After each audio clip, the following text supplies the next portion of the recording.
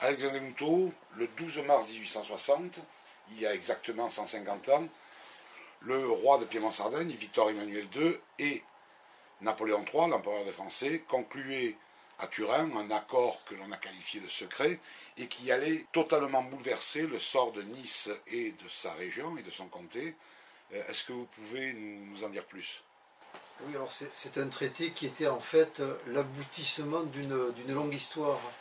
Une longue histoire qui commence par les relations privilégiées qu'avait eu Napoléon III dans sa jeunesse avec l'Italie et surtout des faits économiques depuis que le port de Gênes avait supplanté le port de Nice.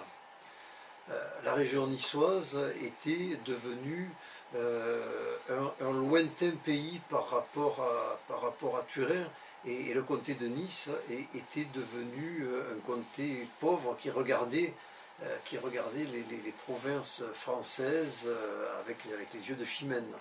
Finalement, on a l'impression que cette annexion s'est faite essentiellement pour des raisons économiques. Oui, essentiellement pour des raisons économiques.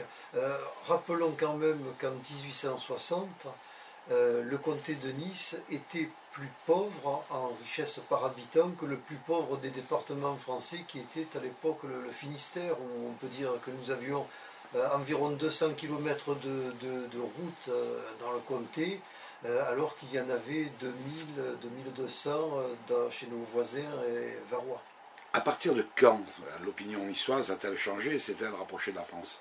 Oui, là je pense qu'il y a une date clé qui est 1853. 1853, qu'est-ce que c'est? C'est la fin du port franc. C'est Gênes qui devient le port de la porte de Turin, alors que c'était Nice avant. Donc, pauvreté économique qui va se concrétiser à partir de cette fin de port franc. Et d'ailleurs, les Niçois, souvenons-nous, ne s'y sont pas trompés. Ce sont eux qui ont cassé le doigt de la statue de Carlo Felice à l'entrée du port de Nice. Et n'oublions pas une deuxième date anniversaire extrêmement importante. Il y a 4 siècles, la voie royale, la route royale entre Turin et Nice était ouverte, et c'est bien cela qui est à l'origine du port franc de Villefranche et du port franc de Nice. Et c'est ensuite, lorsque le port de Gênes est devenu le port des États sardes, effectivement, les Niçois se sont petit à petit appauvris au détriment d'autres provinces. Et Nice est devenue une très lointaine province de Turin. Voilà, le traité est signé. Qu'est-ce qui va se passer maintenant? Maintenant, il va y avoir le plébiscite. Alors, le plébiscite dont on a beaucoup parlé, puisque on a dit, et c'est vrai qu'il n'y avait que des bulletins oui qui avaient été imprimés, mais bon, ceci est une autre histoire qu'on vous racontera au mois d'avril.